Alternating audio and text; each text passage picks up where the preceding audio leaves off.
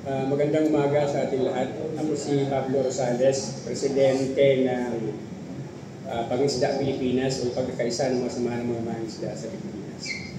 Itong ginagawa ngayon dito sa Circle ay isang press conference para pag-usapan ang mga hakbangin na gagawin ng grupo namin na tinawag namin Food Sovereignty Campaign para sa tuloy-tuloy na pagharap sa laban tungo sa paglitas sa krisis ng pagkain at patuloy na kagutuman sa kasalukuyan.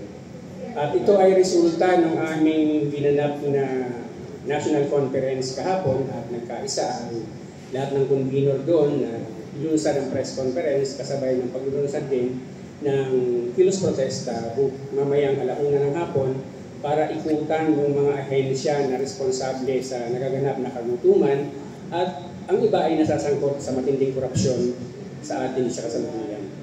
Yan po ang aming layunin ng press conference na to, kaya ang ating gagawin ngayon ay para sa paglilinaw ano nga ba ang tunay na nangyayari ngayon sa sektor ng tagapaglikha ng pagkain. Kung sa pangisdaan yan, klaro, ng patuloy na pagkasira ng ating pangisdaan, patuloy na pagkasira ng ating mga kahura, ng ating mga bakawanan, at patuloy na pagkamkam ng mga kapitalista sa ating malawak na karagatan na andyan ang patuloy na reklamasyon, patuloy na pagpa-privatize ng mga coastal area, patuloy ang pagsira sa ngalan ng civic quarry, na paghuhukay ng mga ilog, pero ang katotohanan, ang nasisira ay ang baybaying dagat. Katunayan, marami na sa mga lugar natin ang lumusdos na ang mga komunidad.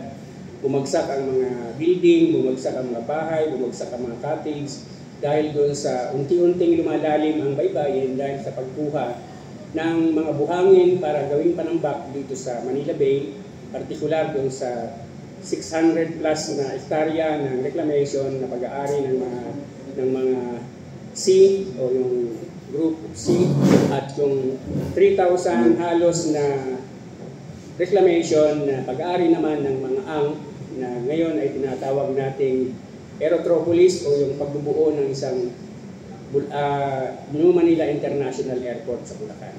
Ito ang patuloy na nangyayari habang ang mangisda ay patuloy na deklarado na pangunahing nagugutom sa ating bayan at kasama ang mga magsasaka, mga kautubo ay diniklara nila na itong tatlong ito ay nagpapalitan lang ng ranggo mula sa number 1 hanggang number 3. So ang nakakalungkot ngayon, itong kalagayang ito ng mga tagapaglikha ng pagkain ay matagal nang hinaing ng mga mangisda, magsasaka, kautubo, pero nagbibingi-bingihan ng pamahalaan. At ngayon sasabihin nila dati pag nangihingi kami walang pondo para sa land reform, walang pondo para sa pagtutulong, pagbibigay ng subsidyo para sa mga mangisda. Pero ngayon malalantad na halos mahigit 1 trilyon ang nawaldas na pera ng taong bayan mula 2023 hanggang 2025. So kung ito sana ay nagamit para sa kahilingan ng mga mangisda, magsasaka, katutubo na paunlarin ang lokal na produksyon, marahil hindi ganito ang kagutumang nararanasan ng mga tagapaglikha ng pagkain at marahil hindi magkakaroon ng krisis sa pagkain ang buong bansa. Dahil doon magiging makabuluhan ang paglalaan ng pondo para sa pagpapaunlad ng ating lokal na industriya ng agrikultura at makakalagpas sa gutom at kakapusan ng pagkain ang sambayan ng Pilipino. So ito ay patuloy namin gagawin at ito ay panimula lamang na aming ilulunsad ng mga pakikibaka para sa pagtitiyak na ang pagkain sa ating bayan ay gawing sagrado, hindi gawing negosyo, hindi gawing kalakal. Ang pagkain ay kailangan ng taong bayan, kung kaya dapat ito ang prioridad ng ating pamahalaan. Wakasan na ang korupsyon, ilaan ang pondo para sa tunay na pagpapaunlad ng ating lokal na industriya, para sa lokal na industriya sa agrikultura, pangisdaan, ating sakahan at ang ating mga katutubo. Ganon din ang suporta para sa mga maliliit na hayupan sa ating bansa tulad ng magmamanok, magbababoy at iba pang mga pagkain na mula sa pagsisikap ng mga food producer para sa kapakinabangan at pagkain ng taong bayan. Yun po ang aming panata sa aming katatapos na konferensya kahapon at yun ngayon ang aming ihahayag sa press conference at aming dadalhin ang panawagang ito sa pagkilos namin mamayang alauna hanggang alas 3. Papasadahan namin ang DAR bilang pangunahing may kasalanan sa kawalan ng reformang agraryo.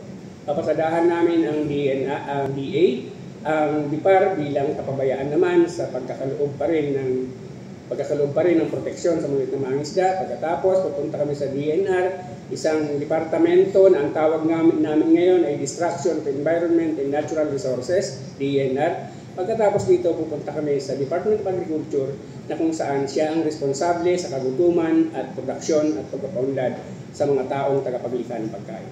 Mula po dito, inanyayahan po namin kayo at sumama sa aming pagkilos mula ngayon hanggang sa tuloy-tuloy na ating abutin ang tunay na pagbabago at kalutasan sa malaganap na kagutuman sa ating bayan. Maraming po salamat.